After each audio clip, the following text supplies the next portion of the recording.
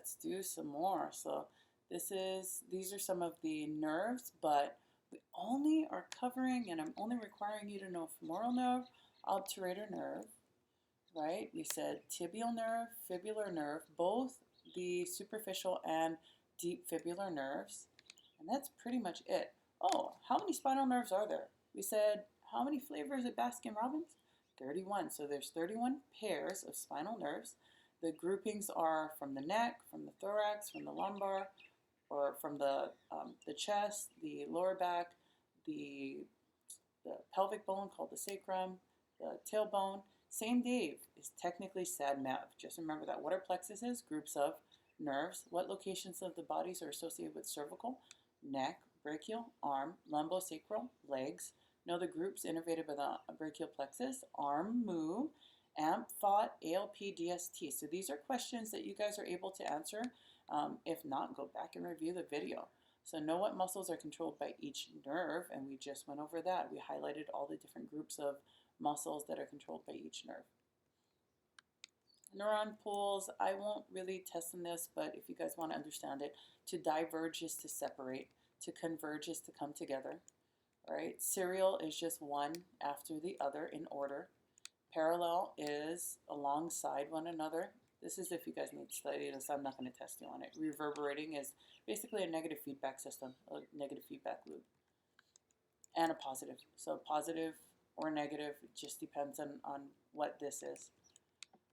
Reflex, this is always fun. So a reflex includes, so if I stick my hand on a warm stove, I have time to feel the heat, to think about it, to move my hand, right?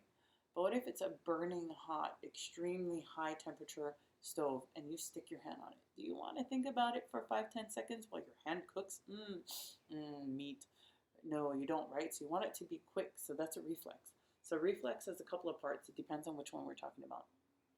In general, you're going to have a sensory neuron going in, right? I should draw it on the backside so you guys can remember the order. So sensory information would travel into the brain. No, it's not going to get to the brain, right? If this is a reflex, it's going to come straight back out to the muscles. So we call it motor. But one muscle group might be the agonist, right? They're the primary for, let's say, walking or stepping forward. Well, do you want to contract the quadriceps at the same time that you're contracting your hamstring group? No, then your leg's not going to move, right? You want to be able to respond. So reflex is the ability to pull away, contract one, and relax the other. So I need an interneuron.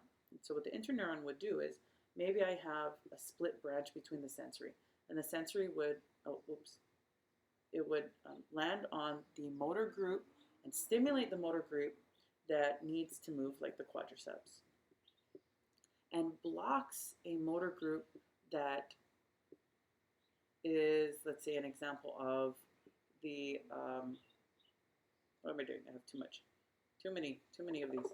Okay, so the hamstring.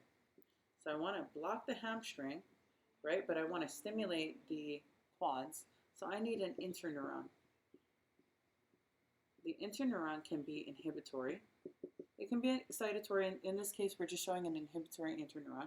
And the whole goal is to ensure that there's coordination between the different muscle groups, especially in a reaction or a reflex.